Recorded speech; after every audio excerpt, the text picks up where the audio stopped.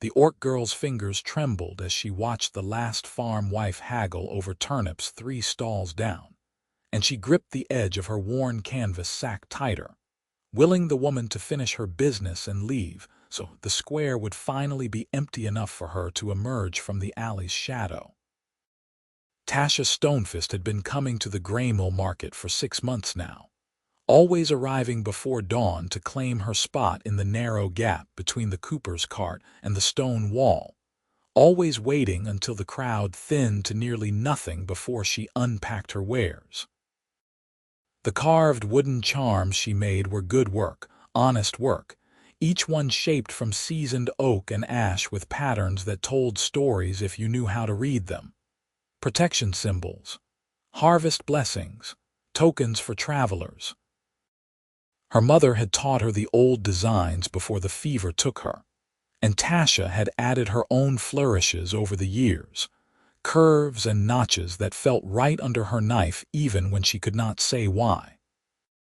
But good work did not matter if people would not look at it, and people would not look if they had to meet her eyes while the sun was high and the square was full of witnesses. She was not tall for an orc, barely matching the height of most human men, but her shoulders were broader than theirs and her hands thicker, her skin the green of summer moss, her tusks small ivory points that pressed against her lower lip when she frowned. She kept her dark hair braided tight against her skull and wore a shapeless brown coat even in warm weather, anything to make herself smaller, less noticeable, less like the monsters in the stories that human mothers still told their children at night. The farm wife finally collected her turnips and departed.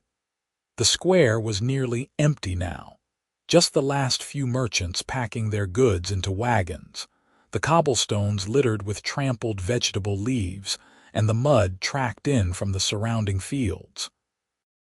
Tasha counted to 100, then counted again, then finally stepped out of the alley with her sack clutched against her chest. She had not noticed the man standing beside the blacksmith's shuttered forge. Yorick Jensen had been there since sunrise, watching. He was not proud of it. Standing in one spot for 10 hours while pretending to examine horseshoes and rake heads was not the action of a confident man, and Yorick had never claimed to be confident. He was steady. He was careful. He was skilled with his hands and could coax beauty from a block of wood that other carvers would have burned for kindling. But when it came to speaking to a woman whose work made his own look clumsy by comparison, a woman whose fingers shaped curves and angles that sang with a grace he had been chasing for 5 years without catching, he was a coward. He had first seen her carvings 4 months ago, had stumbled on them by accident really, staying late after market to help old Garrett the rope seller pack his cart. The orc girl had been kneeling beside the wall with her pieces spread on a square of leather, and even in the dying light they had caught his eye. A horse in mid-gallop, every muscle defined, mane flowing like water. A falcon with wings spread, each feather distinct. A mother holding an infant, both their faces peaceful, neither one quite human or orc but something that transcended both. He had wanted to speak to her then, wanted to ask where she had learned, who had taught her, how she achieved that impossible smoothness without sacrificing detail. But she had looked up at his footsteps, and her face had gone tight with fear, and she had scooped everything into her sack and fled before he could find his voice. Since then, he had come back every week, arriving earlier each time, trying to catch her unpacking. But she never appeared until the market was ending, and by the time she set out her work, the light was failing, and his courage was failing faster. So he had decided this morning that he would simply wait, would stand where he could see her spot and stay there no matter how long it took, would prove to himself that he was not too much of a coward to speak a few simple words to a woman who happened to be an orc. 10 hours later, his feet ached, and his back was stiff, and he was starting to suspect he was exactly that much of a coward after all. But then she stepped into the square and the light caught her face, and he saw how young she looked, how uncertain, how she glanced around like a rabbit checking for foxes, and something in his chest twisted sideways. She was afraid. Not dangerous, not savage, not any of the things people said about orcs. Just afraid the same way he was afraid, and that made the distance between them feel suddenly crossable. He took a breath and stepped away from the forge. Tasha was spreading her leather square on the cobblestones when she heard the footsteps. Her hands froze. It was too late to run, too late to hide, so she forced herself to keep moving, to lift out the first bundle of carvings wrapped in cloth and set it down with care that was only half pretended. Maybe whoever it was would walk past. Maybe they would ignore her the way most people did once the sun started setting and the rules of daylight loosened.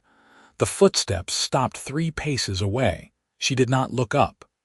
"Those are beautiful," a man's voice said. Low and quiet, with an accent that marked him as local, from the river valleys where Greymill drew most of its farmers. Tasha's jaw tightened. She unwrapped the first cloth and began arranging the pieces in their usual pattern, smallest in front, largest in back, all facing forward so the details caught the eye. Her hands were steady even though her pulse was not. "I have been watching you work," the voice continued, then immediately amended, "not watching you, I mean. Watching your carvings, the things you make. I am a woodcarver too, and I have never seen anyone shape grain the way you do." Despite herself, Tasha glanced up. The man was tall, just over 6 feet, with the broad build of someone who worked with his hands but had not yet thickened into middle age.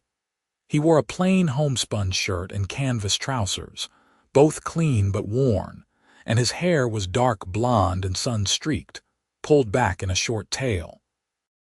His face was ordinary, pleasant enough, with a straight nose and a jaw that would have been handsome if not for the anxious tension pulling at the corners of his mouth. He held his hands clasped in front of him like he did not know what else to do with them. "I am Yorick," he said. "Yorick Jensen. I have a stall in the crafters section, wood and leather goods, though mostly wood." Tasha looked back down at her carvings. She unwrapped the second bundle and added those pieces to the display, still saying nothing. Yorick felt sweat prickling at his collar despite the cooling air. This was going badly, or perhaps it was not going at all, which might be worse. The orc girl would not meet his eyes again, and her shoulders had hunched forward like she was bracing for a blow. He should leave. He should apologize for bothering her and walk away and let her sell her work in peace. That would be the kind thing to do, but he had been standing beside a forge for 10 hours and his feet hurt, and he was tired of being kind when kind meant silent. "My name is Yorick," he said again, because that seemed to be the only part of his brain still working. "What is yours?" The orc girl's hand stilled on a carving of a running deer. For a long moment she did not move. Then, so quietly he almost missed it, she said, "Tasha." "Tasha," Yorick repeated and felt something loosen in his chest. A name was a beginning. A name was more than he had hoped for. "That is a good name." Tasha could not stop the faint twist of her mouth that might have been a smile or might have been something sadder. No one had called her name good before. Practical, maybe. Easy to pronounce. But never good, as if it mattered, as if she was the sort of person whose name deserved consideration. She set down the deer and picked up the last bundle, the one she was most proud of and most frightened to show. Inside was a carving of 2 hands clasped together, one large and rough, one smaller and graceful, their fingers interlaced in a grip that spoke of partnership and trust. She had carved it from a single piece of maple, cutting away everything that was not the joined hands, and the grain flowed through both as if they had grown that way. 2 trees that had somehow twined together from sapling roots. She set it in the center of the display and unwrapped it slowly. Yorick sucked in a breath. He took an involuntary step forward, then caught himself and froze, afraid of crowding her. But the carving held him like a hook in a fish's mouth. The detail was extraordinary. The knuckles and tendons defined with a precision that should not have been possible in wood that soft. The grain flowing through the piece in waves that suggested movement, even though the hands were still. It was the kind of work that took hours, days, a level of patience and vision that he had been told he possessed, and had started to half believe until he saw this and understood how far he still had to climb. "How much?" he asked, and his voice came out rough. Tasha's head snapped up. "What?" "How much for that one?" Yorick gestured at the joined hands. "I want to buy it." "You do not want that one," Tasha said automatically. "It is too expensive. I can show you others." "How much?" Yorick repeated. Tasha bit her lip, her small tusks pressing dimples into the green flesh. She should ask for 3 silver, maybe 4. It was worth more, but no one would pay more, not from an orc, not for something they could commission from a human carver without the risk of being seen doing business with her kind. But this man was looking at the carving like it was something holy, and his hands were opening and closing at his sides like he wanted to reach for it, and was restraining himself by force. 5 silver, she said, and braced for him to walk away. Yorick pulled a leather purse from his belt, counted out 5 coins without hesitation, and held them toward her. Tasha stared at the silver gleaming in his palm. 5 silver was 2 weeks of meals. 5 silver was a new knife. 5 silver was the difference between sleeping under a roof and sleeping under a cart when the autumn rains came. And he was offering it without bargaining, without even asking if the price might be flexible, as if the carving was worth exactly what she had said and perhaps more. She reached out and took the coins, her thick fingers brushing his palm for a fraction of a second. His skin was warm and rough with calluses that matched her own. "Thank you," Yorick said as she wrapped the joined hands in their cloth and handed them over. He tucked the bundle under his arm like he was carrying a child, careful and protective. Then he seemed to realize he had no reason to keep standing there and no idea what to say next. "I will see you next week." Tasha looked at him properly for the first time, met his eyes and held them for 3 full heartbeats. They were brown and worried and hopeful all at once, and they did not flinch away from her face. "Maybe," she said. It was the most she could promise. Yorick nodded, a quick jerk of his chin, and backed away 3 steps before turning and walking toward the road that led out of the square. He did not look back, even though he wanted to, even though every step felt like he was severing a thread that had only just begun to connect. Looking back would be too much. Looking back would reveal exactly how much this meant and how afraid he was that next week she would be gone. Tasha watched him go until he disappeared around the corner of the mill, then looked down at the 5 silver coins in her hand. They were real, solid. He had given her 5 silver for a carving and called it beautiful, and asked her name and did not flinch when she answered. The square was empty now except for a stray cat investigating the vegetable scraps. The sky was deepening to purple, and the first stars were showing above the eastern hills. Tasha gathered her remaining carvings with quick, practiced movements, wrapped them and packed them away, tucked the coins into the hidden pocket she had sewn into the lining of her coat. Then she slung her sack over her shoulder and walked toward the boarding house at the edge of town, where she rented a corner of an attic that leaked when it rained. She walked faster than usual, not fleeing exactly. But something in her chest felt like it was expanding, pressing against her ribs, and she needed to be somewhere private before it burst. In his rented room above the stable, Yorick unwrapped the carving of the joined hands and set it on the narrow shelf beside his bed where he kept his tools and his few books, and the river stone his younger sister had given him for luck the day he left home. The wood glowed in the candlelight, warm and alive, and he traced the curve of one finger with his own rough fingertip. He had been carving since he was 12, learning from his grandfather who had learned from his own father, an unbroken line of woodworkers stretching back generations. He was good at it, good enough that he could support himself with craft instead of farming, good enough that the market master had given him a stall in the crafters section, instead of relegating him to the common peddler's area. He had thought himself skilled until he saw what Tasha could make, and now he felt like a boy again, fumbling with his first knife, trying to understand what made the difference between competence and art. He wanted to learn from her. Wanted to watch her work, see how she held her tools, what angle she cut at, how she knew when to follow the grain and when to cut across it. But more than that, and this was the part that made his hands shake when he let himself think it fully, he wanted to know her. Wanted to understand what kind of person could create something that beautiful and then hide it until the world looked away.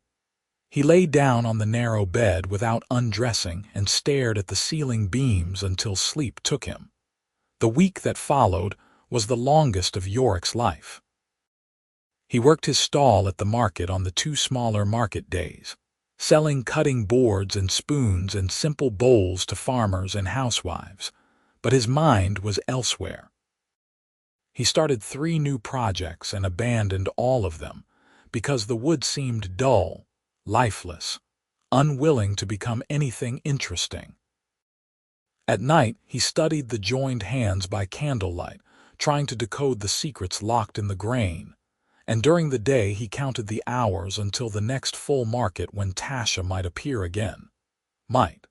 She had only said maybe, and maybe was not a promise. Tasha spent the week in a fog of anxious hope that she resented feeling. She lived in a rented corner of Mrs. Brennan's attic, a space barely large enough for a straw mattress and a wooden crate that served as both table and storage, and she paid for it by doing the washing and the scrubbing that Mrs. Brennan's arthritic hands could no longer manage. It was not a bad arrangement. Mrs. Brennan was old and practical and cared more about clean floors than about the species of the woman who cleaned them. She asked no questions about where Tasha came from or why she was alone, and she always made sure there was bread in the kitchen even when Tasha came home late from the market. But the work was hard and the space was cramped, and Tasha had exactly 7 silver to her name now, including the 5 from Yorick, which meant she was still months away from being able to rent a proper room with a door that locked and a window that did not leak. She could not afford to spend her time thinking about a human man with worried brown eyes who had bought her best carving without bargaining. She needed to make more pieces, better pieces, save more money, build towards something that resembled security. Instead, she found herself carving a wolf in mid-howl, its head thrown back, its throat exposed in a display of vulnerability and defiance all at once. She carved it from a piece of ash she had been saving for something special, and she worked on it for 3 nights straight until her fingers were cramping and her eyes burned from the dim candlelight. When it was finished, she wrapped it in cloth and added it to her market sack, even though she had no particular reason to make it and no particular buyer in mind. Except, she did have a buyer in mind, and that was the problem. The next market day arrived cold and clear, the first real bite of autumn in the air. Yorick reached the square before the sun crested the eastern hills and claimed his usual stall in the crafters section, unpacking his goods with mechanical efficiency. He had brought more than usual, bowls and platters and a set of nested boxes that had taken him a week to fit together, all hoping to distract himself from the question of whether Tasha would come. The square filled with farmers and merchants and the wives who did the household buying, voices rising in a familiar din of haggling and gossip, And Yorick sold a cutting board to a woman with flour on her apron and barely registered the transaction. The sun climbed. The shadows shortened and wheeled around. Yorick's back began to ache from standing, and his smile felt carved into his face, as wooden as the bowls he was selling. He kept glancing toward the gap between the cooper's cart and the stone wall, but the space remained empty, just a stretch of cobblestones warmed by the sun. By midday, he had sold half his stock and was beginning to accept that Tasha was not coming. Maybe was not a promise, and he had been a fool to treat it like one. She had her reasons for avoiding crowds, and those reasons were probably stronger than any curiosity she might feel about the awkward human man who had bought one carving and thought it made him special. He was packing up a set of spoons for a customer when he heard it. A shout from the far side of the square, angry and jeering, followed by laughter. Yorick's head snapped up. Near the wall, in the narrow gap she always claimed, Tasha was kneeling on the cobblestones with her leather square spread in front of her, and her carvings arranged in their careful pattern. And standing over her was Gerard Cutler, the market master, a thick-bellied man with a red face and a voice that carried like a bell. "I told you last week," Gerard was saying, loud enough for half the square to hear. "No trading during prime hours. You want to sell your little trinkets, you wait until the decent folk are finished." Tasha kept her head down, her hands folded in her lap.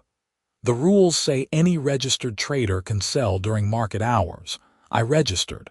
I paid the fee.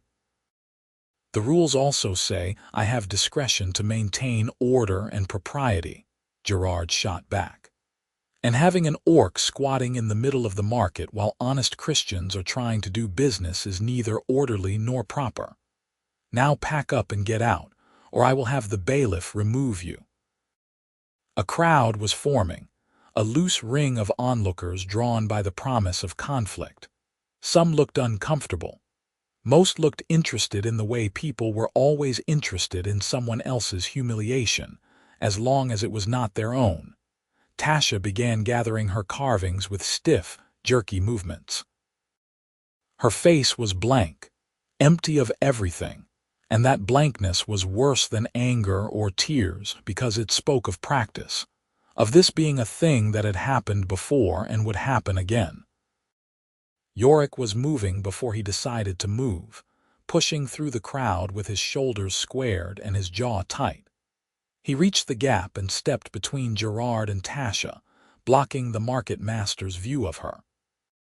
"The lady registered and paid her fee," Yorick said, and was distantly pleased that his voice came out level. "She has a right to her spot." Gerard's red face darkened to purple. "This is not your concern, Jensen." "It is my concern when you are abusing your authority," Yorick said. "The market rules are written down and posted. Show me where it says you can expel a registered trader for reasons of species." "I do not need it written down," Gerard blustered. "I have discretion." "Discretion is not tyranny," Yorick said. "And if you try to remove her, I will take the matter to the town council." Gerard stared at him, his mouth working like a fish pulled from water. Around them, the crowd had gone quiet, watching. This was better entertainment than a simple ejection, a conflict between two men, both of them known and theoretically respectable. "You are making a mistake," Gerard said finally. "Defending her kind, people will remember." "I hope they do," Yorick said.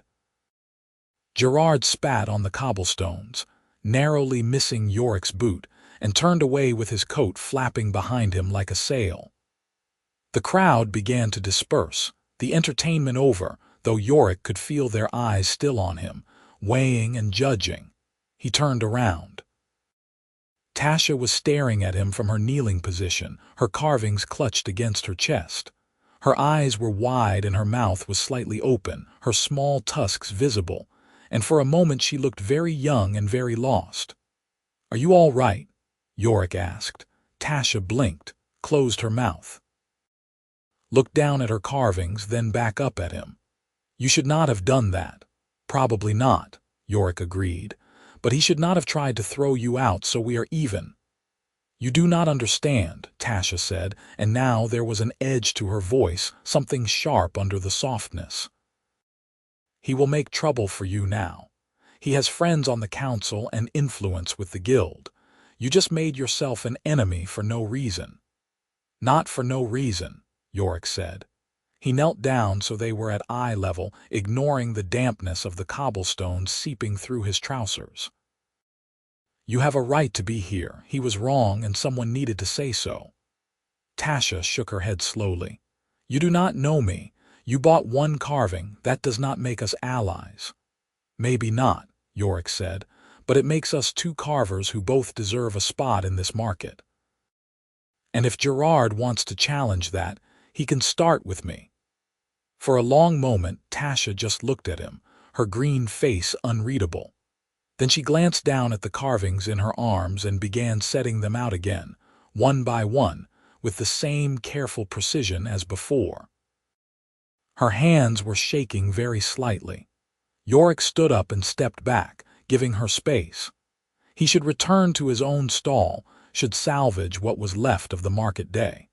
But his feet felt rooted to the cobblestones, and his heart was hammering against his ribs like it was trying to escape. Tasha finished arranging her display and sat back on her heels. She reached into her sack and pulled out one more bundle, unwrapped it with slow, deliberate movements. Inside was the wolf in mid-howl, its head thrown back, its throat exposed. She held it out toward Yorick without looking at him. I made this for you, she said, for buying the hands, and for this. She gestured vaguely at the square, at Gerard's retreating back, at the whole mess he had just thrown himself into. Yorick took the wolf with shaking hands. It was even finer than the joined hands, the fur textured with tiny cuts that caught the light, the muscles taut with effort, the expression on the creature's face somehow both fierce and fragile. It was the kind of work that took days, maybe weeks, and she was giving it to him for free, as if he had earned it by doing the bare minimum that decency required. I cannot take this, he said. You already have, Tasha said. She folded her hands in her lap and looked up at him, and there was something different in her face now, a guardedness that had softened just enough to let him see the person underneath. Come back next week if you want, or do not. But if you come, bring something you have made. I want to see your work. It was not quite a request and not quite a challenge. It was an invitation, fragile and tentative, extended from someone who had learned not to expect invitations to be accepted. Yorick closed his fingers around the wolf and nodded, not trusting his voice. Then he walked back to his stall through a market that suddenly felt different, charged with possibility, as if the air itself had changed composition. The week that followed was chaos. Gerard made good on his threat, or tried to. He lodged a complaint with the Crafters Guild, accusing Yorick of interfering with market administration and bringing disrepute to the profession. The guild master, a grizzled carpenter named Harold Witt, called Yorick to a meeting in the back room of the tavern where the guild held its sessions and asked him, wearily, what in blazes he thought he was doing. Yorick explained. Harold listened, his expression unreadable, his thick fingers drumming on the scarred wooden table. The orc girl is registered, Harold asked when Yorick finished. She is, Yorick said. I checked with the market clerk. She paid her fee in full. Harold sighed. Gerard is an ass, but he is an ass with friends. If you push this, it will cost you. Then it will cost me, Yorick said. Harold studied him for a long moment, then shook his head. You are either very brave or very stupid, boy. Maybe both. All right. I will tell Gerard the guild will not support his complaint, but I cannot protect you from whatever else he decides to do. Watch your back. I will, Yorick said, and walked out of the tavern feeling like he had just stepped off a cliff and was waiting to discover whether he could fly. The next market day came, and Yorick arrived early again, but this time he brought something new. He had spent the week working on a carving of his own, a piece that pushed him to the edge of his skill and slightly beyond. It was a tree, gnarled and ancient, its roots spreading wide and its branches reaching up, and nestled in the branches was a single bird, wings folded, at rest. He had tried to capture what he saw in Tasha's work, that sense of life caught in stillness, but he was not sure he had succeeded. The bird looked stiff to his eye, the roots too symmetrical, the whole thing too carefully planned and not organic enough. But it was the best he could do, and she had asked to see his work. He set up his stall and waited. The market filled and the sun climbed, and the familiar rhythm of commerce rolled on around him. He sold a set of bowls to a farmer's wife and a cutting board to a young couple setting up their first household, and all the while his eyes kept drifting to the gap by the wall. Tasha appeared just before midday, earlier than she had come before. She walked across the square with her head up, her sack slung over her shoulder, and she did not slow or hesitate when people turned to stare. She reached her spot, knelt down, and began unpacking. Yorick watched from his stall. He had promised himself he would not crowd her, would let her work in peace, but the tree carving felt like a hot coal in his hands and he could not focus on anything else. An hour passed. Tasha sold a small carving to an old woman who counted out her coins with arthritic care and nodded approvingly when Tasha wrapped the piece in soft cloth. Then another hour, and a farmer stopped to examine her work but walked away without buying. The sun wheeled overhead and the shadows grew long and Yorick's resolve crumbled. He waited until there was a lull in the crowd, then closed up his stall and walked across the square with the tree carving tucked under his arm. Tasha looked up at his approach. Her expression was carefully neutral, but something flickered in her eyes that might have been relief or might have been nerves. "You came," she said. "I told you I would," Yorick said. He knelt down beside her display, not too close, and set the tree carving on the cobblestones between them. "I brought this. It is not as good as your work, but I wanted you to see it." Tasha picked up the carving with both hands and turned it slowly, examining it from every angle. Her face gave nothing away, but her fingers traced the lines of the roots and the curve of the bird's wings with a gentleness that made Yorick's chest tighten. "The grain is fighting you here," she said finally, pointing to one of the branches. "You cut against it when you should have followed it around, and the bird is too stiff, like it is afraid to move. But the roots are good, strong. You understand structure." It was a more honest critique than Yorick had expected, and somehow that made it better than empty praise would have been. She was treating him like a fellow carver, not like a customer or a curiosity, and that was worth more than flattery. "Will you show me," he asked, "how to make the bird less stiff?" Tasha hesitated.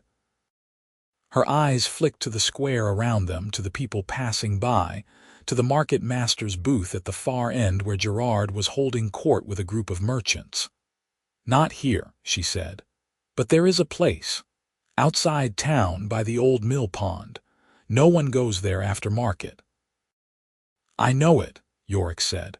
The old mill had burned down a decade ago and the pond had silted up until it was more mud than water, a forgotten corner of land that belonged to no one and nothing.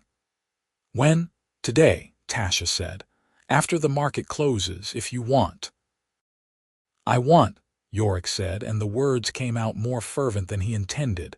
Tasha's mouth twitched, a ghost of a smile. "Then bring your tools and something to carve. I will meet you there at sunset." The rest of the market day passed in a blur. Yorick returned to his stall and sold his remaining goods without really seeing the buyers, his mind already at the mill pond. already imagining what it would be like to sit beside Tasha and carve together, to watch her hands move and learn from the way she held her knife. By the time the sun began to sink toward the western hills, he had packed up with frantic speed and was walking out of the square before half the other merchants had even started closing their stalls. The mill pond was a 20-minute walk from Greymill proper, down a dirt track that wound through scrubby pastureland and a thin stand of willows. The old mill's foundation was still visible, crumbling stone overgrown with blackberry vines, and the pond itself was a shallow bowl of brown water fringed with cattails. It was quiet there, the kind of quiet that felt deliberate, as if the land itself was holding its breath. Tasha was already there when Yorick arrived, sitting on a flat rock near the water's edge with her sack beside her and a piece of wood in her lap. She looked up at his approach and nodded, a small acknowledgement that felt like permission. Yorick sat down on the ground a few feet away, close enough to see but far enough to not crowd, and pulled out his tools and a block of birch he had brought for this purpose.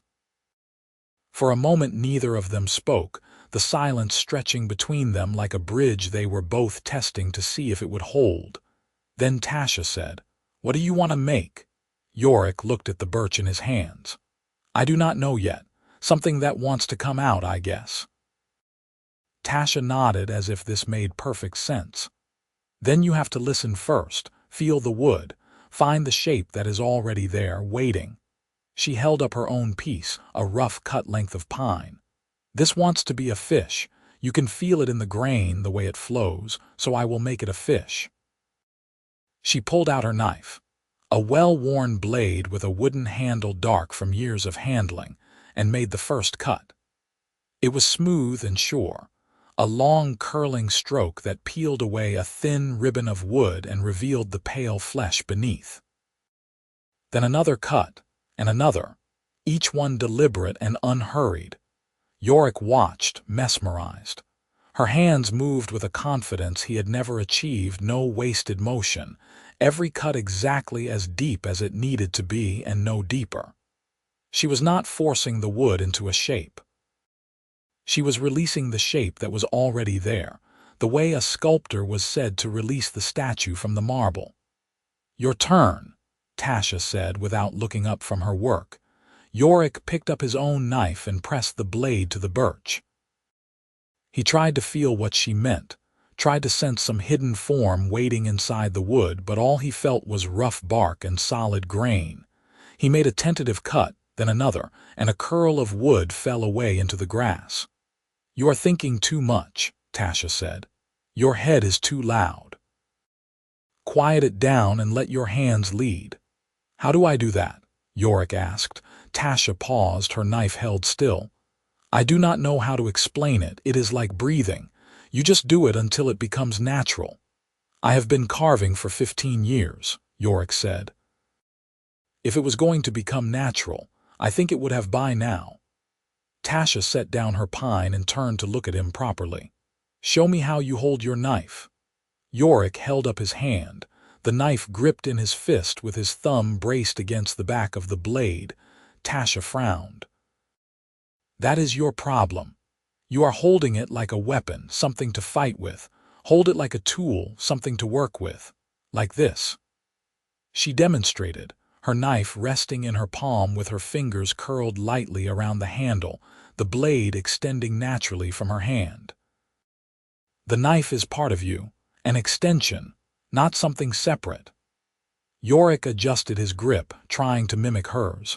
It felt awkward at first, too loose, like he might drop the blade at any moment. But when he made the next cut it went smoother, the knife sliding through the wood instead of being forced. "Better," Tasha said. "Keep going." They carved in silence as the sun sank lower, the light turning golden and then amber and finally deep orange. The only sounds were the whisper of blades through wood, the soft splash of water against the pond's muddy shore, and the evening songs of insects waking in the grass. Yorick's birch began to take shape. not into anything he had planned, but into something that emerged stroke by stroke, a curve here, an angle there, until he realized he was making a leaf, broad and veined, curling at the edges as if caught in a breeze.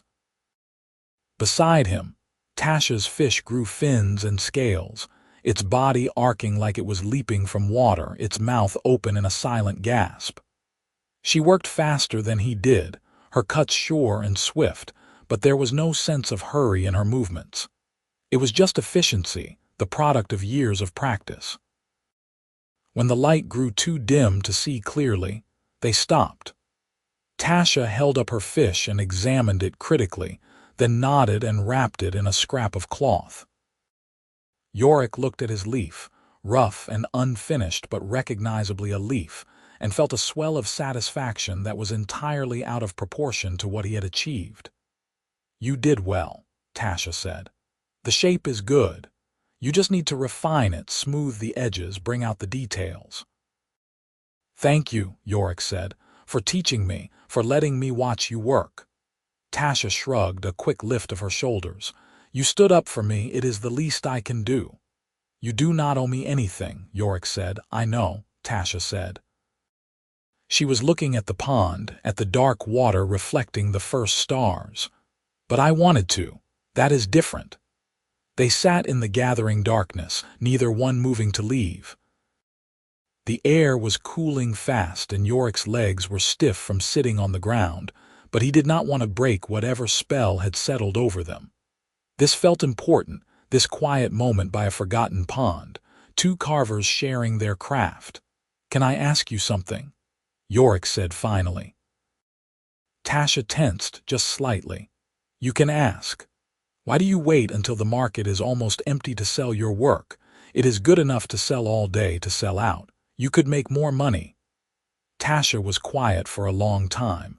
When she spoke, her voice was low and flat, drained of emotion. "Because when the market is full, people look at me. And when people look at me, they see an orc before they see the carvings. They see a monster pretending to be a craftswoman. Some of them are afraid. Some of them are angry. Some of them just walk past like I am not there at all. But when the market is empty and the light is low, I am just another shadow in the corner. They might glance at my work without seeing me first. And sometimes that is enough for them to buy something before they remember what I am." The bitterness in her words was quiet but absolute, and Yorick felt it like a fist to his stomach. He had known, in an abstract way, that orcs faced prejudice. Everyone knew that. But knowing it and hearing it spoken in Tasha's flat, matter-of-fact voice were different things. She had built her entire life around making herself invisible, and the fact that she was good enough at carving to sell anything at all was a testament to skill so exceptional it could overcome hatred. "That is not right," Yorick said, and the words sounded inadequate even as he spoke them. "No," Tasha agreed, "but it is true. It should not be true." "A lot of things should not be true," Tasha said. She stood up, brushing bark shavings from her trousers. "I should go. Mrs. Brennan will worry if I am out too late." Yorick stood as well, his joints creaking. "Will you come back?" "To the pond, I mean, to carve together." Tasha looked at him, her face half in shadow. "Yes," she said, "I will come back." It became a routine. Every market day, after the stalls closed and the square emptied, Yorick and Tasha would meet at the old mill pond. They would sit on the flat rock or on the grass beside it, and they would carve. Sometimes they talked, trading technical advice and discussing the merits of different woods and tool types. Sometimes they worked in silence, the only communication the occasional glance at each other's work, a nod of approval, a small suggestion. Yorick's carving improved. Not overnight, not dramatically, but in small increments that accumulated into something real. His hands learned to relax, to let the knife lead instead of forcing it. His eyes learned to see the grain the way Tasha saw it, as a guide rather than an obstacle. He started selling pieces that were more ambitious, bowls with carved rims, boxes with fitted lids, candlesticks shaped like twisted vines. His customers noticed. His sales increased. Harold Witt clapped him on the shoulder one day and said, with gruff approval, that whatever Yorick was doing, he should keep doing it. But the real change was not in his carving. It was in the way he felt when he sat beside Tasha at the pond, watching her work, listening to her quiet observations about wood and shape and patience. She was easy to be with in a way that no one else had ever been. There was no performance required, no need to be charming or clever or anything other than himself. She liked him for his hands and his willingness to learn, and that felt more honest than any other reason he could imagine. He thought, sometimes, that she might feel the same way. She smiled more now, small quick flashes that softened her face and made her look younger. She started arriving at the pond before him, already set up and working, as if she was eager for him to arrive. Once when he cut his thumb on a blade that slipped, she pulled a clean rag from her sack and wrapped it with careful, gentle fingers, her tusked face creased with concern. But he did not ask. He did not push. Because the thing they had was fragile, a soap bubble that would pop if he breathed on it wrong, and he would rather have this than risk losing it by asking for more. 8 weeks passed. The air grew colder and the leaves on the willows turned yellow and began to fall. Tasha started bringing a wool blanket to sit on because the ground was too cold for comfort, and Yorick brought a flask of hot tea that they shared between them, passing it back and forth like a ritual. Then, on the 10th week, Gerard made his move. Yorick arrived at the market to find a new notice posted on the guild board. It was written in the clerk's careful script and bore the market master's seal, and it announced a new policy. Prime market hours, defined as sunrise to mid-afternoon, were now reserved for licensed guild members only. Non-guild traders could sell during the evening hours, after the guild members had finished their business. It was a transparent attack, aimed directly at Tasha. She was not eligible for guild membership, because the guild did not accept orcs, which meant she could no longer sell during the hours when most customers were present. It would cut her income by 3/4, maybe more, and it was perfectly legal because Gerard had phrased it as a benefit to guild members rather than a punishment for outsiders. Yorick read the notice twice, his hands clenching into fists. Then he walked to Gerard's booth and planted himself in front of the market master's table. "This is because of her," Yorick said without preamble. "The orc girl. You are doing this to drive her out." Gerard looked up from his ledger with a satisfied smile. "I am doing this to support our guild members, who pay dues and contribute to the community. If certain non-members find it inconvenient, well, that is unfortunate but not my concern." "You are abusing your authority," Yorick said. "I am exercising my authority," Gerard corrected. "There is a difference. Now, unless you have official business, I suggest you return to your stall." Yorick walked away before he said something he would regret. His mind was racing, turning over possibilities and discarding them one by one. He could protest to the town council, but the council was made up of merchants and landowners who had no love for orcs and no reason to side with him. He could organize a petition among the other crafters, but most of them would not want to cross Gerard for the sake of an outsider. He could give up his own stall. The thought came to him fully formed, and for a moment he could not breathe. His stall was his livelihood, his reputation, the thing he had worked 5 years to earn. It was a prime spot in the crafters section, a mark of respect from the guild. If he gave it up, he would be relegated to the common peddlers area, assuming Gerard let him trade at all. He would lose income, lose status, lose the security he had built, but Tasha would have a spot. A legal, undeniable claim to prime hours, because his stall was registered to a guild member and guild members were guaranteed access. He could transfer it to her. It would cost him everything he had worked for, but it would give her what she deserved. The decision took him 3 seconds to make, and the rest of the day to gather the courage to act on. That evening at the mill pond, he told her. Tasha listened in silence as he explained the new policy and what he intended to do about it. Her face went very still, the way it did when she was processing something that hurt, and when he finished she shook her head slowly. "No," she said. "You cannot do that." "I can," Yorick said. "I already checked with the guild clerk. Stall rights can be transferred, and there is no rule against transferring them to a non-member. Gerard cannot stop it."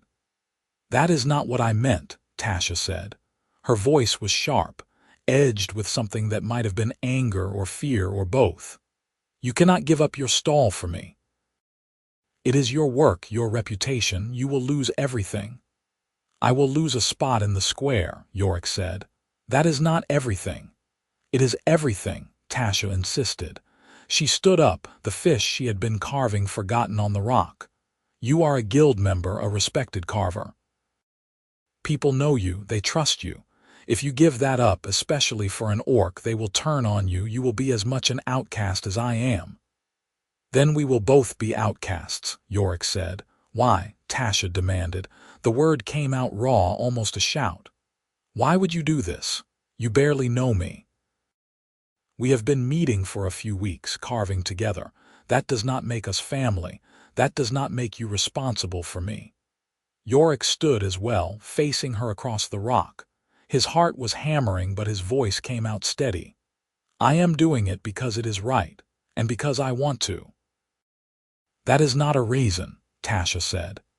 "It is the only reason that matters," Yorick said. "Tasha, you are the finest carver I have ever met. Your work is extraordinary, and you hide it because the world is too stupid and too cruel to see it for what it is. If I can change that, even a little, even just for you, then giving up a market stall is a small price to pay." "It is not a small price," Tasha said. Her voice cracked. "You do not understand what you are offering to lose." "Then explain it to me," Yorick said. He stepped around the rock, closing the distance between them. "Tell me why I should keep my stall and let you be pushed out. Tell me why my reputation matters more than your right to sell your work in daylight. Explain it so I understand." Tasha stared at him, her green face stricken. Her hands were clenched at her sides and her shoulders were shaking, and for a moment Yorick thought she might actually hit him. Then her face crumpled and she turned away, wrapping her arms around herself. "I cannot explain it," she said quietly, "because you are right, and that makes it worse." Yorick reached out, hesitated, then gently touched her shoulder. She flinched but did not pull away. "I am going to transfer the stall to you," he said. "Not because you owe me anything, not because I expect anything in return, but because you deserve it, and because I cannot stand by and watch Gerard drive you out. That is all. You do not have to thank me or feel guilty or change anything between us. This is my choice." Tasha turned around slowly. Her eyes were wet, tears tracking down her green cheeks, and she swiped at them with the back of her hand, smearing the moisture. "You are an idiot," she said. "Probably," Yorick agreed. "A stubborn, ridiculous idiot who does not know when to quit." "That too." Tasha laughed, a broken, hiccuping sound. "I do not know what to say." "You do not have to say anything," Yorick said. "Just keep carving, keep making beautiful things. That is enough." Tasha looked at him for a long moment, her expression shifting through a dozen emotions too fast to name. Then, abruptly, she stepped forward and wrapped her arms around him, pulling him into a fierce, awkward hug. She was warm and solid, her grip strong enough to make his ribs creak, and she smelled like wood shavings and wool and something green and growing. Yorick froze for a heartbeat, then hugged her back, his arms going around her broad shoulders. They stood like that for a long time, two carvers holding on to each other beside a forgotten pond while the sky darkened and the stars came out overhead. The transfer took 3 days to finalize. Yorick filled out the paperwork with the guild clerk, signed his name in triplicate, and paid the transfer fee out of his savings. Gerard tried to block it, arguing that the rules did not permit transfers to non-members, but the clerk pointed out that the rules said no such thing and Gerard had no legal grounds to refuse. The market master's face went purple with rage, but there was nothing he could do. On the next market day, Tasha set up in Yorick's old stall in the crafters section. She arrived at sunrise, the earliest she had ever come, and unpacked her carvings with shaking hands. The spot was twice the size of her old gap by the wall, with a proper trestle table and a canvas awning to keep off rain, and it was right in the center of the section where everyone could see. People stared. Some whispered.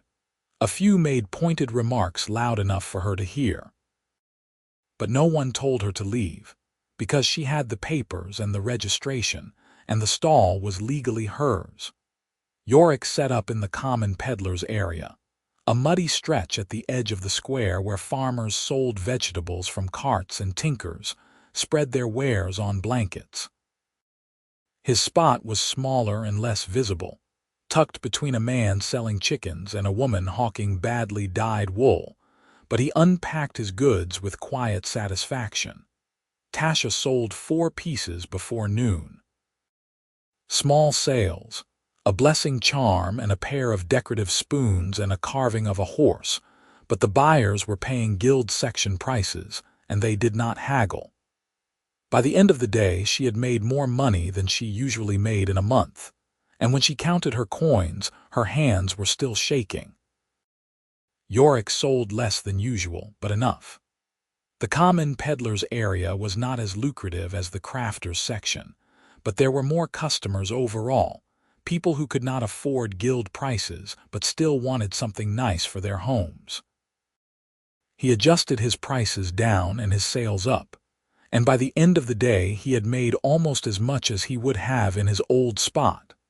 When the market closed, they walked to the mill pond together, side by side, not touching but close enough that their shoulders almost brushed. Tasha was quiet, her face thoughtful, and Yorick did not push her to talk. At the pond she sat down on their rock and pulled out the fish she had been working on, but she did not pick up her knife. Instead, she just held the carving in her lap and stared at the water. "I did not think it would feel like this," she said finally. "Like what?" Yorick asked. "Like being seen," Tasha said. "I have spent so long hiding, being invisible, that I forgot what it felt like to stand in the light. It is terrifying." "Is it a good terrifying or a bad terrifying?" Yorick asked. Tasha considered. "Both, mostly good, but some bad." Yorick sat down beside her closer than he usually did, their legs almost touching. "You were very brave today." "I was terrified today," Tasha corrected. "Bravery is not the absence of fear," Yorick said. "It is acting despite the fear. You did that. You stood in the crafters section all day and you sold your work and you did not run. That is brave." Tasha turned to look at him, her green face soft in the fading light. "You gave up your stall for me. That is braver." "Or stupider," Yorick said with a slight smile. "Both," Tasha said, echoing his earlier words. "Mostly brave, but some stupid." They sat in comfortable silence for a while, watching the pond darken as the sun set. Then Tasha said very quietly, "Thank you." "You do not have to thank me," Yorick said. "I know," Tasha said. "But I want to." She reached out and took his hand, her thick fingers interlacing with his, and they sat like that as the stars came out, two carvers holding on to each other and the fragile, precious thing growing between them. Over the following weeks, something shifted. The awkwardness that had kept Yorick and Tasha carefully distant began to dissolve, replaced by a comfort that felt both new and inevitable. They still met at the mill pond after every market, but now Tasha sometimes leaned against his shoulder while she worked, and Yorick sometimes reached over to examine her carvings without asking permission first. They shared meals, simple things like bread and cheese and apples bought from the market, and they talked about more than just woodworking. Tasha told him about her childhood in the Broken Hills, a range of rough country 2 weeks' travel to the north, where a few orc clans still lived in the old ways. Her mother had been a carver and her father a hunter, and she had been happy until the fever came and took half the clan, including both her parents. The survivors had scattered, some deeper into the hills, some toward the human settlements where work could be found, and Tasha had ended up in Greymill because it was far enough from home that no one knew her and small enough that she might be tolerated. Yorick told her about his family's farm, about his grandfather who had taught him to carve, about his younger sister who had married a blacksmith, and now had 3 children she sent drawings of twice a year. He told her about the decision to leave the farm and try to make a living from craft instead of soil, and how his father had called him a fool but given him a bag of coins and his blessing anyway. They learned each other's rhythms, the small habits and preferences that made up a life. Tasha liked to carve in the morning when her hands were steadiest. Yorick preferred evening when the light was soft. Tasha worked in silence, needing to concentrate, while Yorick liked to talk through his ideas out loud, thinking with his voice as much as his hands. Tasha was left-handed. Yorick was right-handed.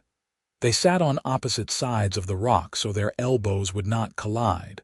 The market became easier for Tasha. Not easy, but easier.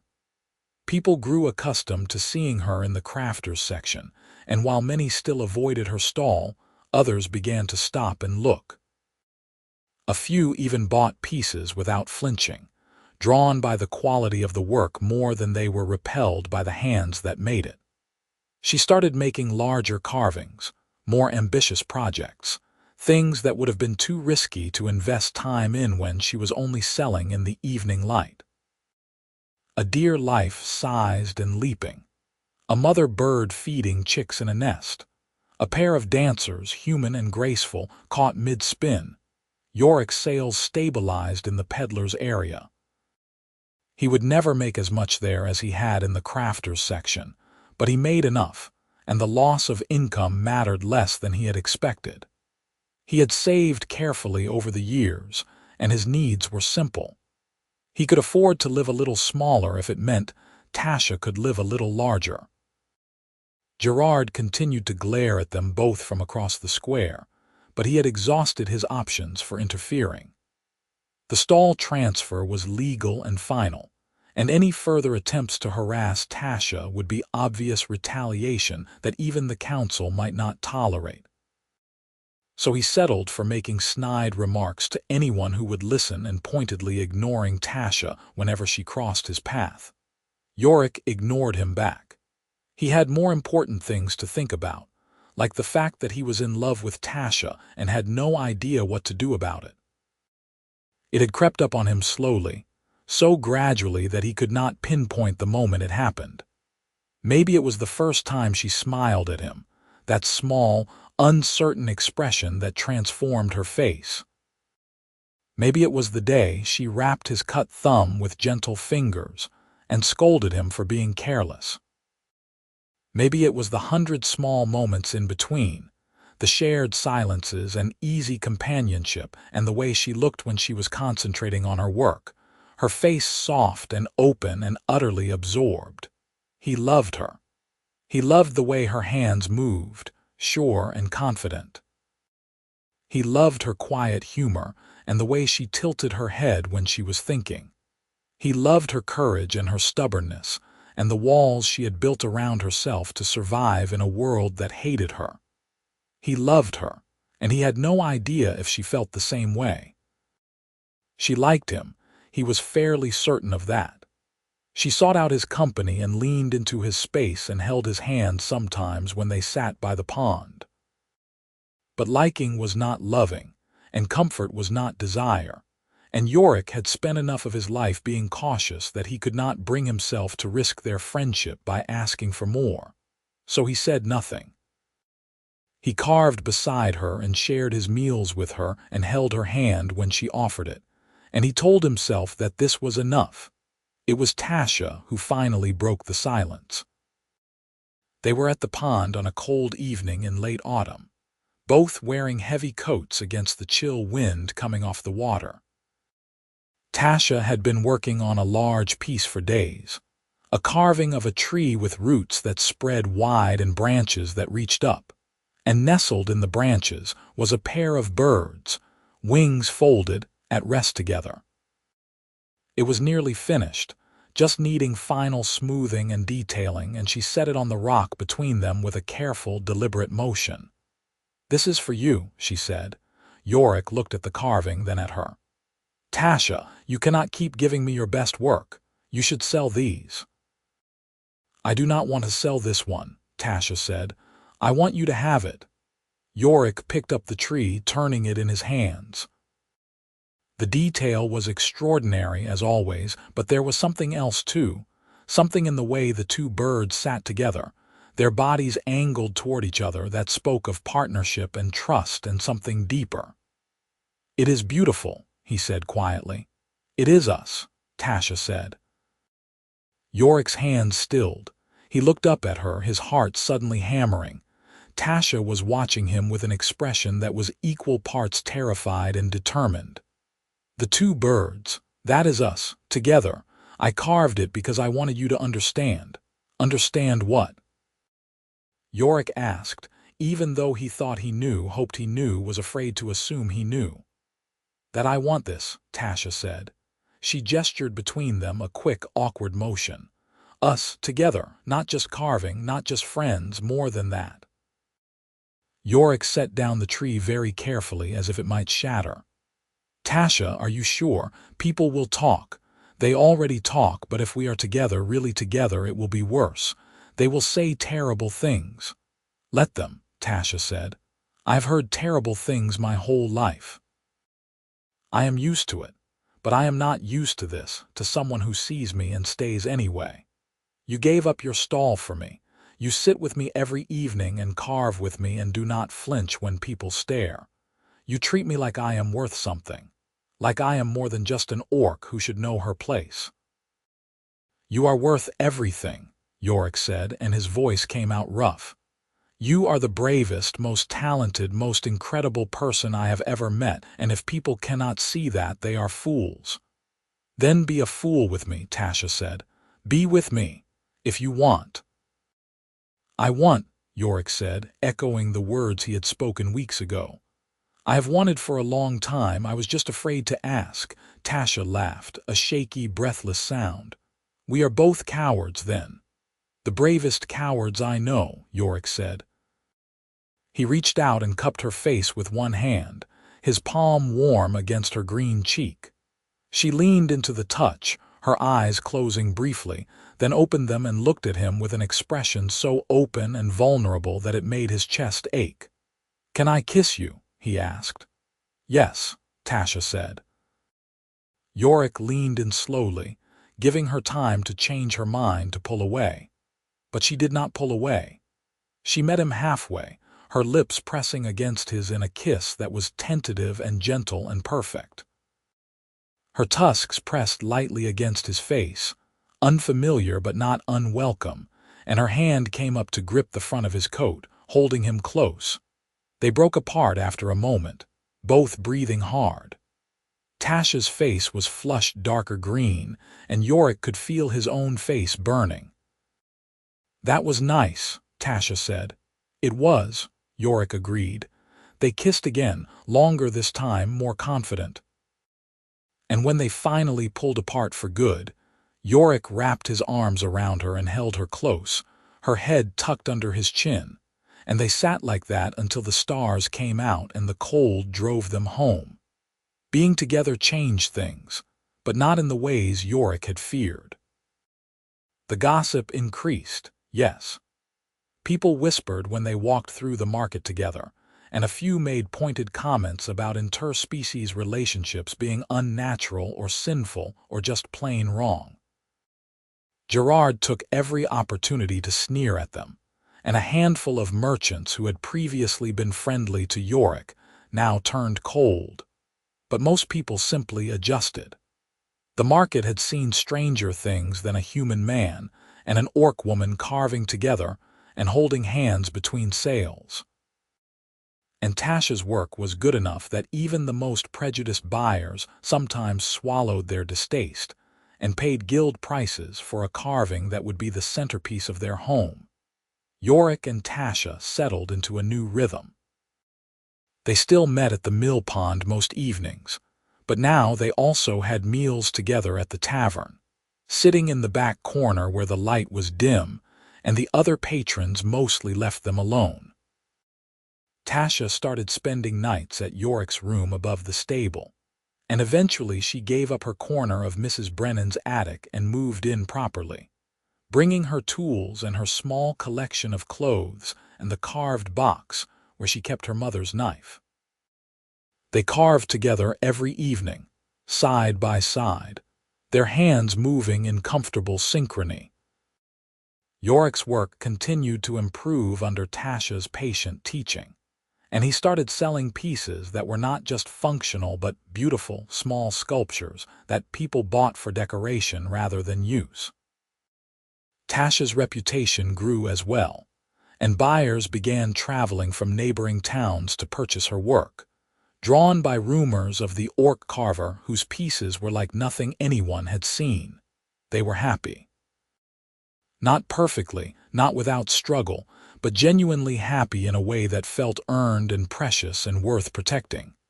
Then, in the depths of winter, Gerard played his final card.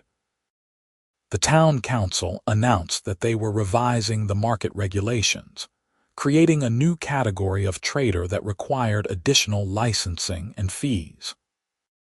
The category was vaguely defined as specialty craftspeople working in traditional guild disciplines, and the licensing requirements included proof of apprenticeship under a recognized master and endorsement from at least 3 current guild members. It was aimed directly at Tasha. She had never served a formal apprenticeship, had learned from her mother who was not a recognized master by human standards, and no guild member would endorse her, not for this, not when it would mean openly supporting an orc against the market master's wishes. If the regulation passed, Tasha would lose her stall. She would be barred from selling in the market at all, because the new licensing requirement applied to all specialty craft work, not just guild members. Yorick read the proposal with rising fury.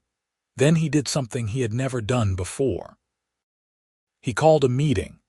He went to every carver in the guild, every woodworker and leathersmith and potter, and he asked them to meet him at the tavern to discuss the new regulations. Most agreed out of curiosity or habit, and a few agreed because they genuinely liked Yorick and wanted to hear what he had to say. 20 craftspeople showed up on the appointed evening. They filled the tavern's back room, a low-ceilinged space that smelled of old beer and wood smoke, and they looked at Yorick with expressions that ranged from interested to wary to openly hostile. Yorick stood at the front of the room with his hands clasped behind his back to keep them from shaking, and he spoke. "You all know about the proposed licensing requirement," he said. "Gerard has been pushing for it for weeks, and the council is likely to approve it next month. It is supposedly about maintaining standards and protecting the guild's reputation. But we all know what it is really about. It is about forcing one specific person out of the market. Tasha Stonefist, the orc woman who sells carvings in my old stall." There were murmurs at that, some agreeing, some objecting. Yorick raised his voice slightly and continued. "I know that many of you do not like her. I know you think orcs do not belong in the market or in our town, or maybe anywhere near humans at all. I am not asking you to change your minds about that tonight, but I am asking you to think about what this regulation means for all of us."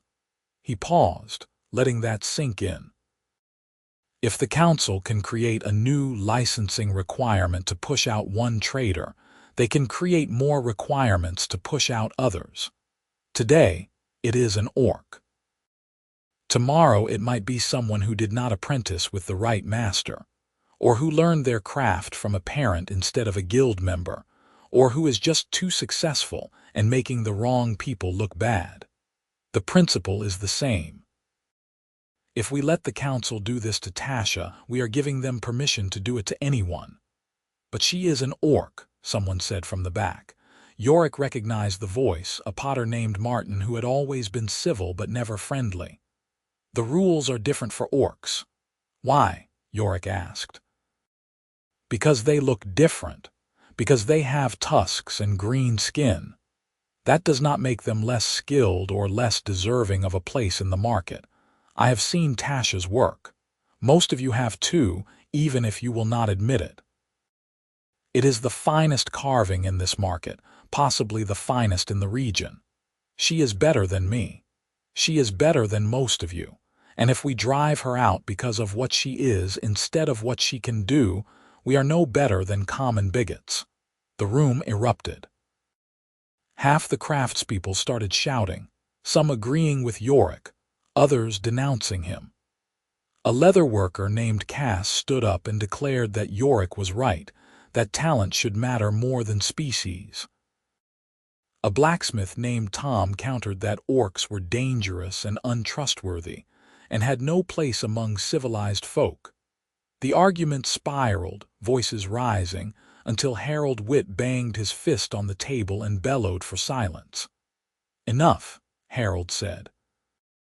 His face was grim, his thick eyebrows drawn down in a scowl. "Jensen, you have made your point, but you are asking us to go against the market master and the council for the sake of an orc. That is a heavy ask." "I know," Yorick said, "but it is the right ask. And I think, deep down, most of you know it too." Harold studied him for a long moment, then sighed. "I will think on it. I cannot promise more than that. It was not a victory, but it was not a defeat either." Over the next 2 weeks, Yorick had similar conversations with individual craftspeople, arguing his case over mugs of ale and bowls of stew. Some were sympathetic, some were hostile. A few surprised him by agreeing without hesitation, revealing reserves of fairness he had not suspected they possessed.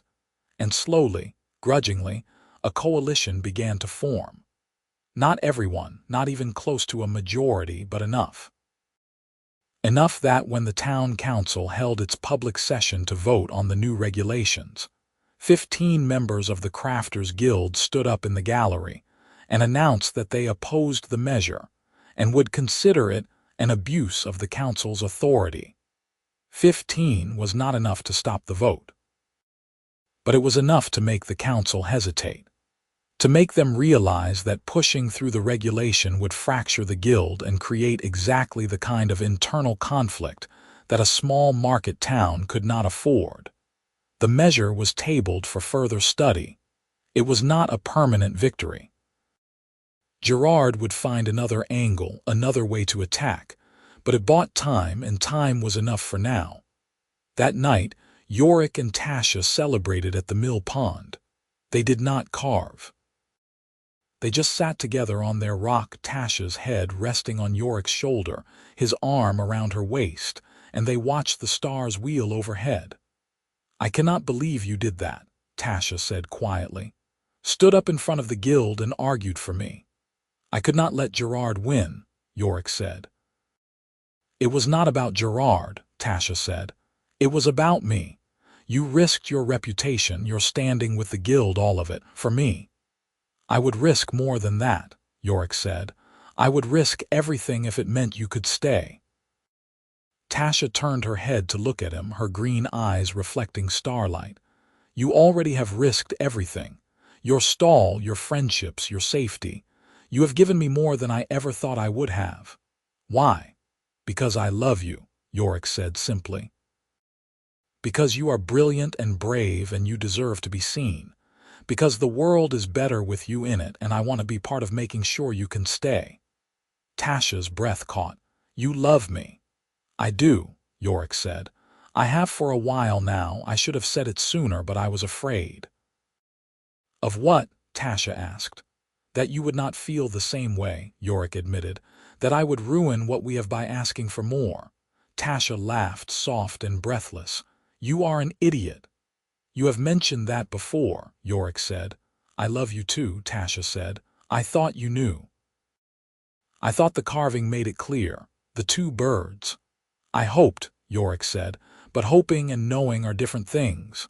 Then know it now, Tasha said. She cupped his face with both hands, her palms warm against his cheeks. I love you, Yorick Jensen. You are the kindest, most stubborn, most ridiculous man I have ever met, and I love you. They kissed under the stars, long and deep and unhurried, and when they finally pulled apart they stayed close, foreheads pressed together, breathing each other's air. What do we do now? Tasha asked. We keep carving, Yorick said. We keep fighting.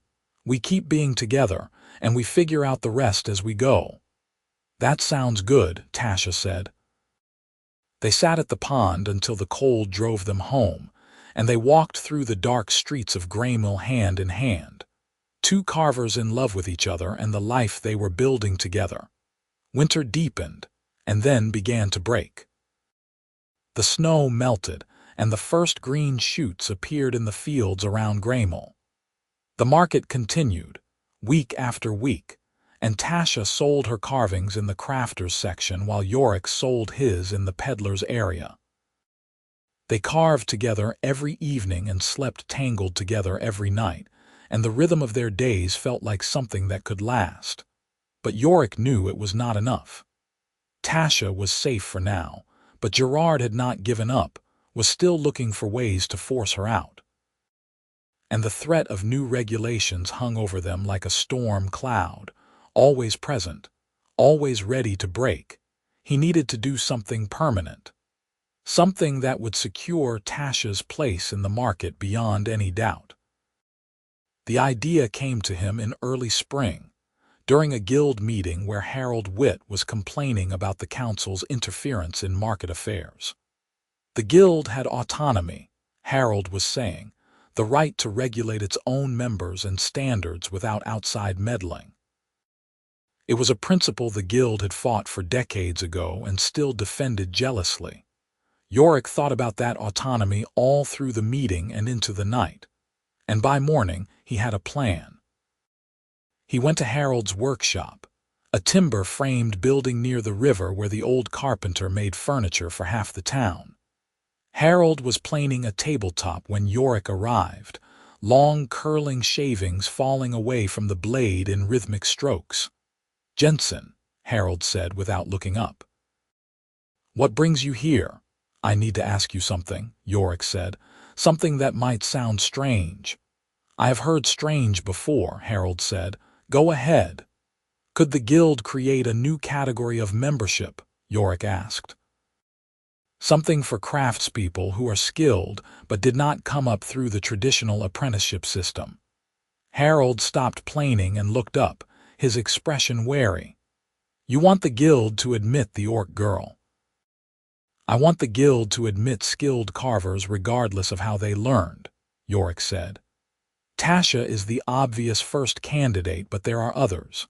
Self-taught craftspeople, people who learned from family instead of guild masters. If we create a path for them to join, it strengthens the guild and takes power away from the council. It also means admitting an orc, Harold said flatly. It means admitting a master carver, Yorick corrected. An orc who happens to be a master carver. Is there a rule against that? Harold set down his plane and folded his arms. There is no rule because no one ever thought it would come up. Orcs do not usually seek guild membership. Tasha is not usual, Yorick said. And if the guild wants to maintain its autonomy, it needs to prove that it can regulate itself fairly, without prejudice. Admitting Tasha would do that. It would show the council that the guild's standards are based on skill, not politics. Harold was quiet for a long time, his weathered face thoughtful. Then he sighed. You are asking me to spend political capital I do not have on a battle that most of the guild will oppose. I am asking you to do the right thing, Yorick said. The right thing and the smart thing are not always the same, Harold said. But there was something in his voice that suggested he was considering it, turning the idea over in his mind. Think about it, Yorick said. That is all I ask. Harold nodded slowly. I will think about it. But I am not promising anything. 2 weeks later, Harold called a special guild meeting. The topic was vague, listed only as membership standards and procedures, but everyone showed up because Harold did not call special meetings without good reason. Harold stood at the front of the room and laid out Yorick's proposal. A new category of membership for master craftspeople who could demonstrate exceptional skill but lacked formal apprenticeship. Candidates would be evaluated by a panel of 3 guild masters who would assess their work and determine if it met the guild standards. If accepted, they would have all the rights and responsibilities of regular members, including voting privileges and access to prime market stalls. It was, Harold said, a way to strengthen the guild by bringing in new talent while maintaining the standards that had always defined the organization.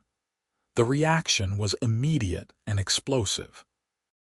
Half the room erupted in protests, shouting that this was just a scheme to admit an orc, that it would destroy the guild's integrity, that Harold was betraying everything the guild stood for.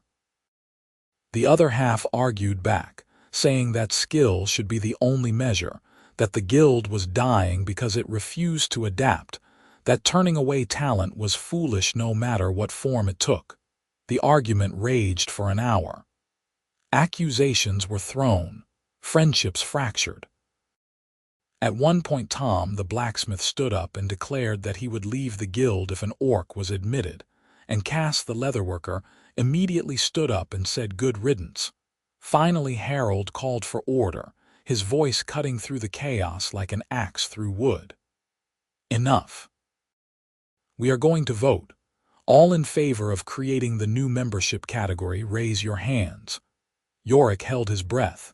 He had counted allies, tried to estimate support, but votes were unpredictable and people changed their minds when pressed. Hands went up. Slowly at first, then faster. Cass. A furniture maker named Ellen. A potter Yorick barely knew. Harold himself. More hands, a scattered constellation of support spreading through the room. Harold counted, his lips moving silently. Then he nodded. Motion carries. 21 in favor, 17 opposed. The new membership category is established. The room erupted again, but this time it was mixed, triumph and outrage swirling together. Yorick felt his legs go weak. It had worked. They had actually done it. There will be one immediate candidate for evaluation, Harold continued, raising his voice over the noise. Tasha Stonefist carver. The evaluation panel will be myself, Ellen Ward, and Yorick Jensen. We will assess her work next week and make a determination. This meeting is adjourned. The crowd dispersed slowly, clusters of craftspeople arguing in low voices as they filed out. Yorick stayed seated, his hands shaking with released tension. They had won. Not completely, not permanently, but they had won. Harold sat down beside him, his face tired. I hope you know what you have done, Jensen. I think so, Yorick said. Half the guild hates you now, Harold said. The other half thinks you are a hero. And Tasha is going to be under more scrutiny than any candidate in the guild's history. If her work is not absolutely flawless, they will use it as proof that this was all a mistake. Her work is flawless, Yorick said with quiet certainty. Then we will see, Harold said. The evaluation took place the following week, in Harold's workshop, with the 3 panel members seated at a long table and Tasha standing before them with a collection of her carvings spread out on a cloth. She had brought her best work. The joined hands, the wolf in mid-howl, the tree with the 2 birds, a dozen other pieces, each one a masterwork of patience and skill. She set them out in silence, her face carefully blank, and then stepped back and waited.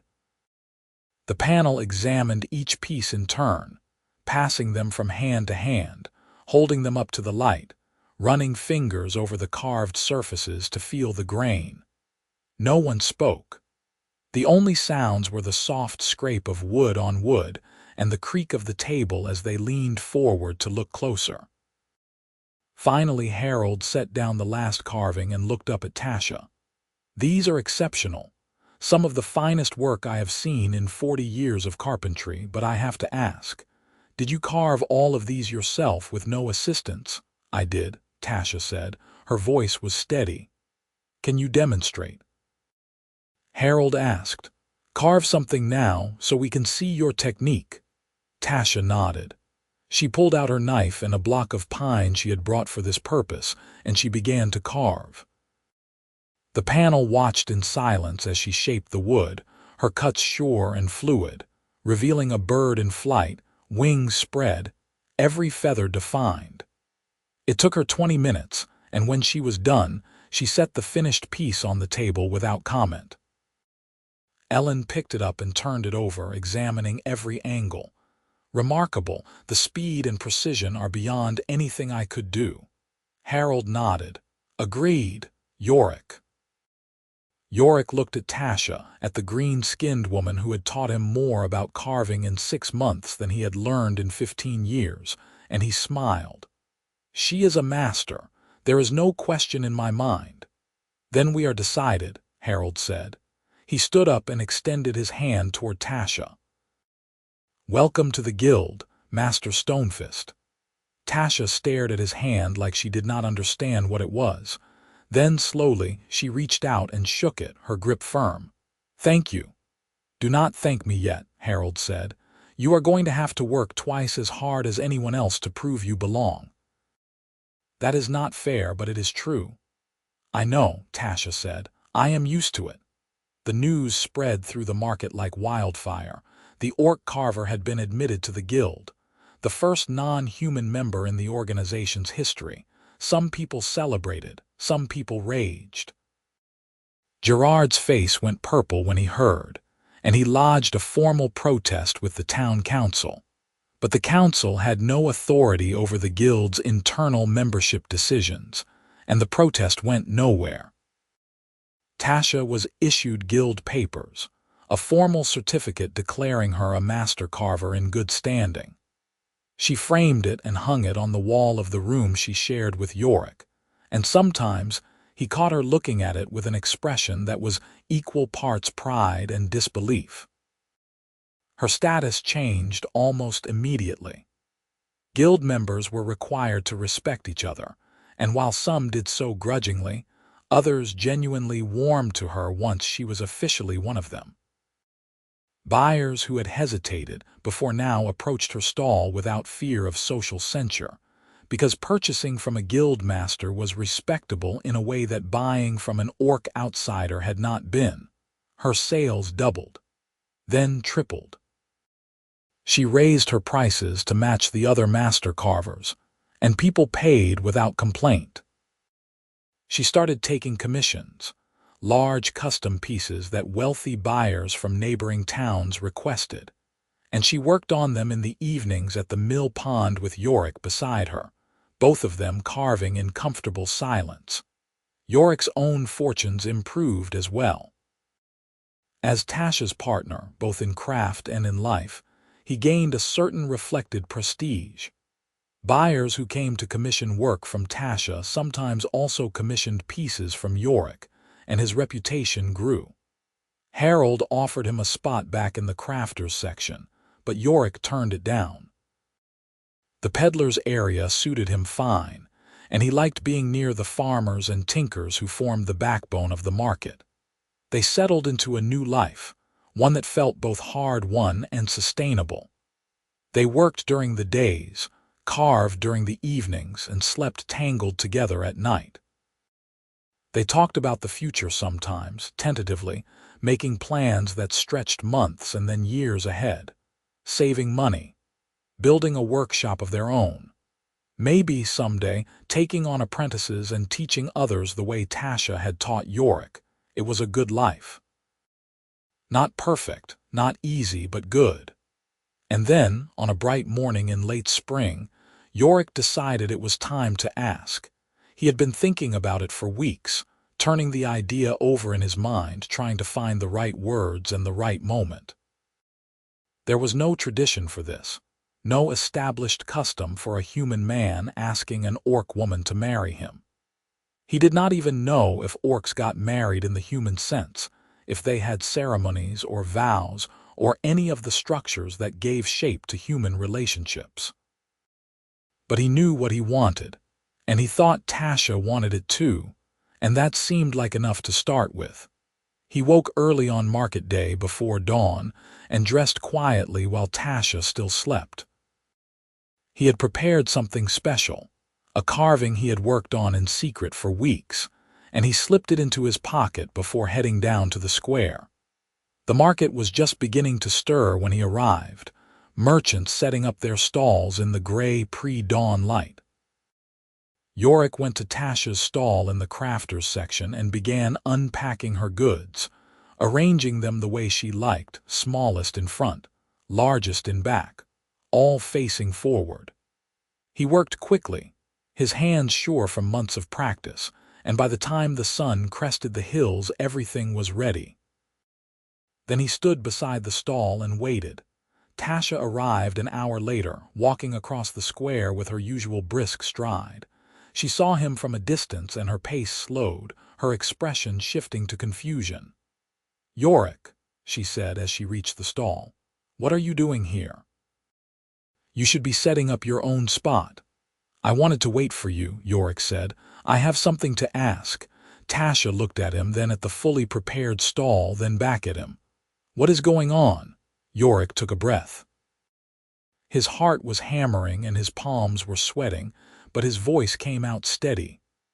"I have been thinking. About us, about the future, about what it means to build a life with someone. And I realized that I want to build that life with you. Not just live with you or carve with you, but really build something together. A partnership. A family. Whatever shape that takes." He reached into his pocket and pulled out the carving. It was small, sized to fit in a palm, and it depicted two hands clasped together, their fingers interlaced. It was an echo of the first carving he had bought from Tasha, the one that had started everything, but this time he had made it himself, pouring everything he had learned into the piece. "I do not know if orcs have marriage the way humans do," Yorick said. "But if you do, if it is something you want, I am asking. Will you marry me, Tasha Stonefist? Will you let me stand beside you officially and publicly for the rest of our lives?" Tasha stared at the carving in his outstretched hand. Her green face had gone still, her eyes wide. For a long, terrible moment she said nothing, and Yorick felt his stomach drop. Then she took the carving, her thick fingers closing around it gently. She looked at it, turned it over, examined every detail. And when she looked back up at him, there were tears streaming down her cheeks. "Yes," she said, her voice cracked on the word. "Yes, you ridiculous man, yes." Yorick felt something enormous and warm explode in his chest. He stepped forward and wrapped his arms around her, lifting her slightly off the ground, and she laughed into his shoulder, her tusked face pressed against his neck. The market was starting to fill around them, people beginning to notice the scene, but neither of them cared. They held each other in the middle of the crafters section, while the sun rose and the square came to life. Two carvers who had found each other against all odds and decided to make it permanent. When they finally pulled apart, Tasha wiped her eyes and looked at the carving again. "This is good work," she said with a shaky smile. "You have been practicing." I had a good teacher, Yorick said. You did, Tasha agreed. She slipped the carving into her pocket and took his hand. So, marriage, do we do this the human way or the orc way? Is there an orc way? Yorick asked. There is, Tasha said. Though it is simpler than the human version. No church, no priest. Just a declaration before witnesses and an exchange of gifts. Usually weapons or tools, something that represents the life you will build together. That sounds perfect, Yorick said. When? Today, Tasha said. She squeezed his hand. Right here in the market in front of everyone, let them see, let them know. Yorick felt a flutter of nerves, but he nodded. Today, at midday when the market is fullest. At midday, Tasha agreed. They set up their stalls and worked through the morning in a haze of nervous excitement. Word spread quickly, the way gossip always did in a small market, and by the time the sun reached its zenith a crowd had gathered. Some came to witness. Some came to gawk. Some came to disapprove. But they all came, filling the space around the crafters section until the cobblestones were packed with people. Harold Witt pushed his way to the front, his grizzled face stern. Jensen, Stonefist, I hear you are doing something foolish. We are getting married, Yorick said. That is what I said, Harold replied, but there was a glint in his eye that might have been approval. Do you need a witness? We do, Tasha said. Then I will stand for you, Harold said. He turned to the crowd and raised his voice.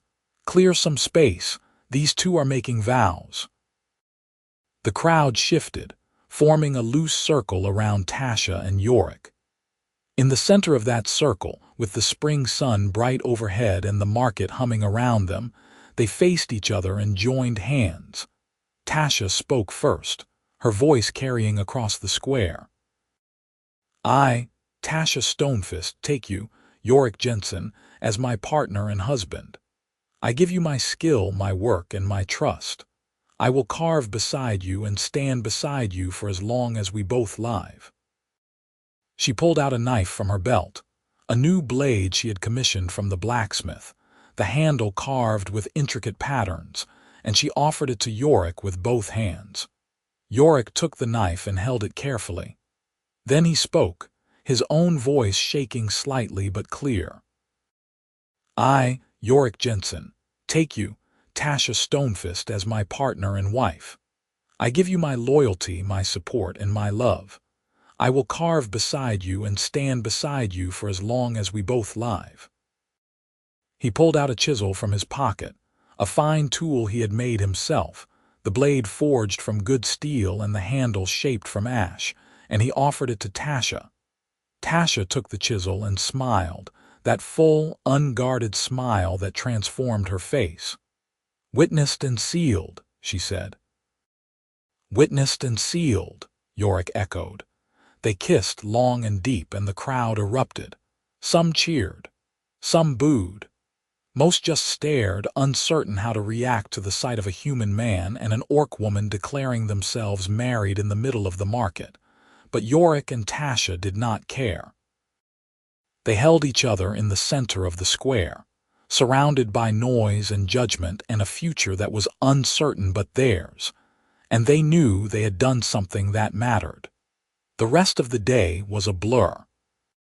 People approached to offer congratulations or condemnation, and Tasha and Yorick accepted both with equal grace. They sold carvings and fielded questions, and deflected Gerard's furious complaints with polite indifference. By the time the market closed, they were exhausted, but it was the good kind of exhaustion, the kind that came from having accomplished something significant. That evening they walked to the mill pond one last time as an unmarried couple, and they sat on their rock and carved in the fading light. They did not talk much. There was nothing that needed saying.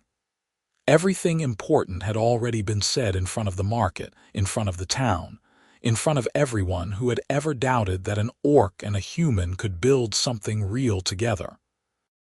When the stars came out, Tasha set down her carving and leaned against Yorick's shoulder. We did it, she said quietly. We did, Yorick agreed. "What happens now?" Tasha asked.